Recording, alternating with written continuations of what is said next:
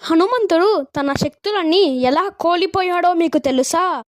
హనుమంతుడు సూర్యుడిని మింగడానికి వెళ్ళినప్పుడు ఇంద్రుడు తన వజ్రాయుధంతో హనుమంతుడి మీద దాడి చేస్తాడు. అందుకు ఆ దాడిని తట్టుకోలేక హనుమంతుడు అక్కడికక్కడే చనిపోతాడు.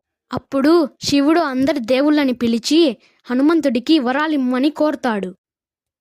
వరాలన్నీ అయిపోయాక వాయుదేవుడు హనుమంతుణ్ణి ఇంటికాడ వదిలిపెడతాడు.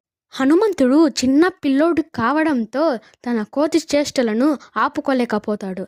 మాడి పళ్ళను ధ్వంసం చేసేవాడు. ఏనుగు తండాలు పట్టుకొని గిరగిరా తిప్పి గాలికి ఎగురవేసి మళ్ళా పట్టుకొని కింద దింపేవాడు.